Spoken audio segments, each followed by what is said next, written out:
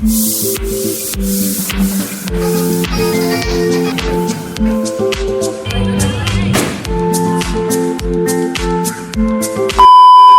Everyone, welcome back to my channel চিনিস vlogs. আজকে ভ্লগটা শুরু করছি একদম খরনার দিন থেকে। অ্যাকচুয়ালি আজকে ভ্লগটা পুরোটাই হবে ছট পূজা নিয়ে। আর আমার ছট পূজা সম্পর্কে কোনো রকম সেরকম ধারণা নেই শুরু থেকেই। জগদ্ধাত্রী পুজোও চলছিল সেই সময়, আর আমার বান্ধবীদের বাড়িতে ছট পূজা হয়, তো আমি ওখানেই গেছিলাম। ওখানে কিভাবে কি 3 দিনের রিচুয়ালস হলো সবটা শেয়ার করবো তোমাদের সাথে। তো চলো ভিডিওটা শুরু করা যাক। এই আর একজন ও নাকি রেডি হবে। তুই তো সকাল থেকে জামা ম্যাচ করছিলি কি রে? ও আমি যে ম্যাচ কি রে? ইস জঘন্য জঘন্য এটা প্রবলেম হয় না? আমি তো পারবোই না। বাবা কি পারি। দিনটা ছিল খরনার, অর্থাৎ second day of Chhath Puja. First দিন আমি মিস করে গেছিলাম, নাহায় খায় যেদিন হয়েছিল সেদিন আমি যেতে পারিনি, আমার একটু শরীরটা খারাপ ছিল। তো তার পরের দিন থেকে সব কিছু ক্যাপচার করছি। আজকে মেনলি প্রসাদে থাকে ক্ষীর, রুটি, এইগুলো যেটুকু আমি জানি। তোমরা যারা জেনে থাকো তারা আমাকে কমেন্টে অবশ্যই ডিটেলসে বলতে পারো। বাট আন্টি সব করছিল, তো আমি প্রথমবার দেখছি আর আমার ভীষণ ভালো লাগছিল, কারণ এর আগে কখনো আমি এরকম কিছু এক্সপিরিয়েন্স করিনি। তো আমি চেয়েছিলাম 3 দিন থেকে পুরোটাই এক্সপিরিয়েন্স করি।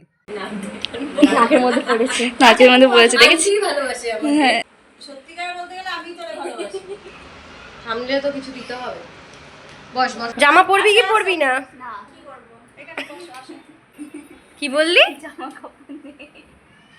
কিছু কথা তাহলে তোমাদের সাথে শেয়ার করা যাক ভিডিওর সাথে সাথেই। অ্যাকচুয়ালি আমি মনে করি যে মানুষের ভাগ্যে যেটুকু থাকে সেটা সবসময় সেই মানুষটা পাবেই। এর উপরি হয়তো অনেক কিছুই আমাদের ভগবান দিয়ে থাকে, কিন্তু আমি সবসময় বলবো আপস অ্যান্ড ডাউনস যখনই মানুষের আসে না, সে সময় বুঝিয়ে দেয় তুমি যতটা নিতে পারবে ভগবান কিন্তু ঠিক ততটাই তোমার ওপর প্রেশার দেয়, যাতে তুমি বোঝো ব্যাপারগুলো। আর কিছুদিন পর থেকে কিন্তু সেই ইনসিডেন্টগুলো দিয়েই তুমি ভাবো যে যা হয়েছিল অবশ্যই ভালোর জন্য হয়েছিল। তো যাই হোক, আমি ভেবেছিলাম যে হয়তো আমি যেতে পারবো না, তবে ভগবানের ইচ্ছা হলে কিন্তু সবই সম্ভব। খুব ইচ্ছা ছিল যে পুরো ছট পূজাটা এবার আমার দেখার, আমি কোনো দিন দেখিনি, প্রথমবার। তো প্রসাদ রেডি হচ্ছিল, আর সবাই বলে প্রসাদ দর্শন করা, প্রসাদ রেডি হওয়া, দেখা, এগুলোও অনেক কপালের ব্যাপার। তো আমি এগুলো ভীষণভাবে মানি। আর ওরা আমার বান্ধবী, ওরা কিন্তু ওরা বাঙালি, তবে আন্টি আজ 5 বছর ধরে এই পুজোটা করছে। তো প্রথমবার এই পুজোটায় আমিও দেখছি, তো আমার খুব ভালো লাগছিল।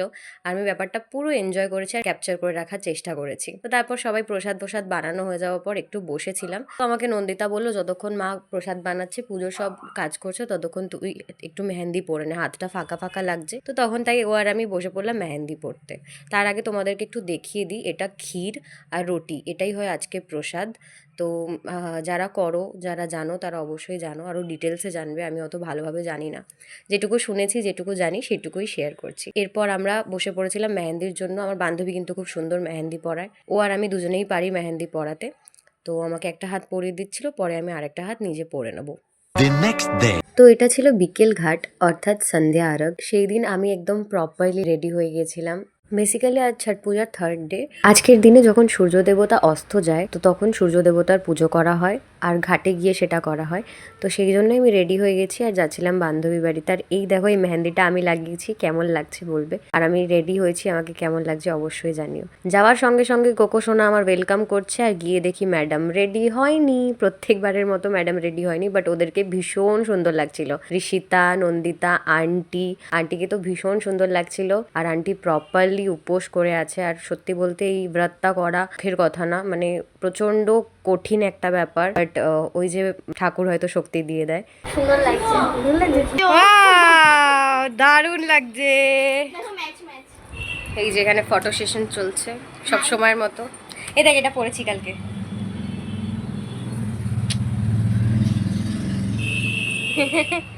ম্যাডামের সব সময়ের মতো এই যে late Latif. One eternity later. প্রত্যেকবার কিন্তু এটাই হয়, আমি প্রত্যেকবারের মতো এবারেও রেডি হয়ে চলে আসি, আর আমার বান্ধবীর তখনও হয় না। আমাদের প্রচুর লেট হয়ে গেছে, তারপর আমরা ঘাটে যাওয়ার জন্য বেরিয়ে গেছিলাম। আর বেরিয়ে তো দেখছি রাস্তায় ভীষণ ভিড়, যে রাস্তায় আমি এক এক সময় লোকই দেখতে পাই না, সেই রাস্তায় এতটা পরিমাণ ভিড়। আর সবাই এই প্রথমবার যেহেতু যাচ্ছি, আমি জানা ছিল না যে সত্যি এত ভিড় হয়। তো আমাদের এখানে একটা গোশালা আছে, সেখানে মেলা হয় আর এতটা পরিমাণে ক্রাউড থাকে। আজকের দিনটা কিন্তু অনেকটাই স্পেশাল। সবার পছন্দের যে ঠেকুয়া প্রসাদ, সেটা আজকেই সকাল থেকে বানানো হয়। আরগ দেওয়ার সময় সেটাই প্রসাদ হিসেবে দেওয়া হয়। তো সকাল থেকে সেগুলো আন্টি বানিয়েছে আর ভিডিও নিয়েছে, তো তোমাদের সেগুলোও শেয়ার করি। সকালে উঠেই প্রথমে প্রসাদের জন্য ঠেকুয়া আলাদা করে বানাতে হয়, আর সেগুলো আন্টি প্রপারলি সকালবেলা বানাচ্ছিল। আর এত সুন্দর লাগে খেতে, আমি জানি অনেকেই পছন্দ করো, আর সত্যি বলতে আমারও ভীষণ ভালো লাগে। আমি আগে খেতাম না, বাট সত্যি ঠেকুয়া খেয়েছি রিসেন্টলি, ভীষণ ভালো লেগেছে খেয়ে। তো এগুলো সব রেডি করতে হয়, প্রচুর পরিমাণে রেসপন্সিবিলিটিস থাকে। তারপর স্যুপ রেডি করা, যেটা এটা হোক্কে স্যুপ বলে মেবি, আমি তো সেটাই শুনলাম। কি সুন্দর করে সাজিয়েছে এখানে। যখন ছোট ছোট প্রদীপ জ্বালানো হবে রাত্রিবেলা, যখন পরের দিন আবার আমরা ঘাটে যাব, তখন আরও সুন্দর লাগে দেখতে।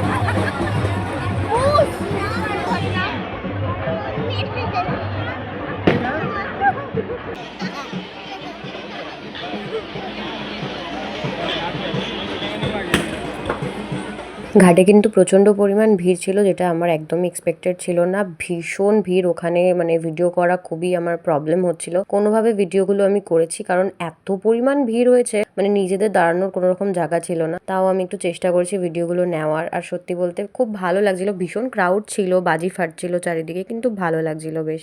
मैं सस्ते में लेट कर दी गाइस প্রত্যেকবারের মতো কি লাভ সেজে কি লাভ সেজে। তারপর আজকের মতো আন্টির পুজোটা কমপ্লিট হয়ে যায়। আর তারপর ওখানে কিন্তু সবকিছুর সাথে সাথে একটা বড় মেলাও হয়েছিল। তো একটা ফাংশন হচ্ছিল, সেখানে গেছিলাম, ওখানে সুন্দর করে সবকিছু ঘুরছিলাম। তারপরে সেখান থেকে বাড়ি চলে আসি। বাড়ি আসার পরও কিন্তু আমরা একটু খাওয়া দাওয়া করছিলাম। তারপরে সবাই মিলে বসে পড়েছিল ঠেকুয়া বানানোর জন্য। প্রচুর লোকের প্রসাদের জন্য ঠেকুয়া বানানো হয়, তো তার জন্য আমরা সবাই মিলে একসাথে হাত লাগিয়েছিলাম। প্রথমে আন্টি আর সব আন্টিরা মিলে করছিল, তারপর ওদেরকে আমরাও কিছুটা হেল্প করেছি।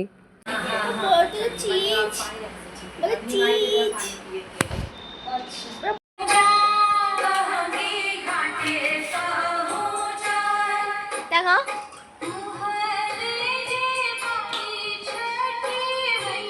সোশ্যাল মিডিয়াতে পাঠিয়ে দিবি ব্লগটা, এগুলোকে ওরকম করে দেয়।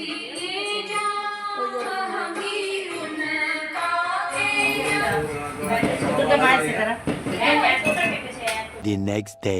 পরের দিন যেহেতু সূর্য ওঠার আগেই আমাদের ঘাটে পৌঁছাতে হতো, তার জন্য আমরা একদম ভোরবেলা প্রায় 3টের আগে উঠে পড়েছি। আর সবাই দেখো প্রপারলি রেডি হয়ে গেছি, কারণ তাড়াতাড়ি করে যেতে হবে, নয়তো ঘাটের মধ্যে এত পরিমাণ ভিড় হচ্ছে, একেবারেই জায়গা পাওয়া যায় না। দুদিন ধরে এইভাবেই ভিড় হচ্ছে বলে তো আজকে তাড়াতাড়ি উঠেছি। কিন্তু আমাদের সবার হয়ে গেল, মহারানীর এখনো রেডি হওয়া হয়নি। চলো ওকে একবার একটু দেখিয়ে আনি।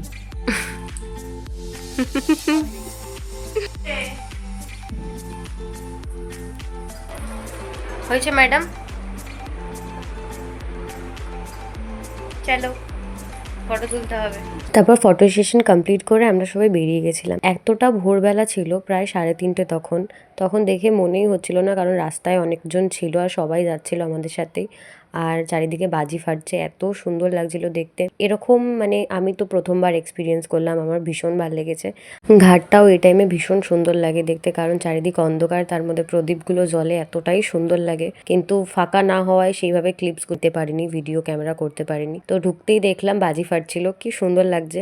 তো দেখবে সকালবেলাও এত পরিমাণ ক্রাউড ওখানে, মানে প্রপারলি আমি মানে স্পেসই পাচ্ছিলাম না যে একটা জায়গায় দাঁড়িয়ে একটু ফটো তুলবো বা ভিডিও করব।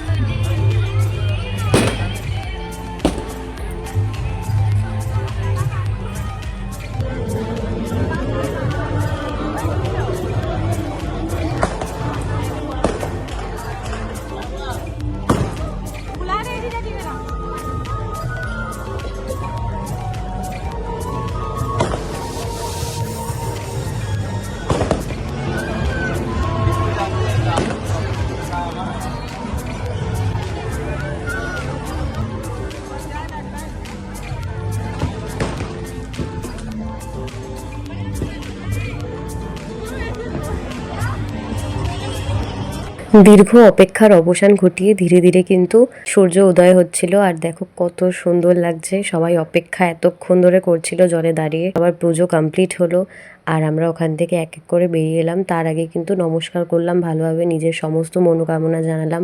তোমাদের সবাইকে ঠাকুর ভালো রাখুক, সুস্থ রাখুক, এটাই চাই। আজকের ব্লগটা কেমন লাগলো সেটা কিন্তু সবাই জানিও কমেন্ট করে। আর ভালো লাগলে একটা শেয়ার অবশ্যই করে দিও নিজের ক্লোজ ওয়ান্সদের সাথে।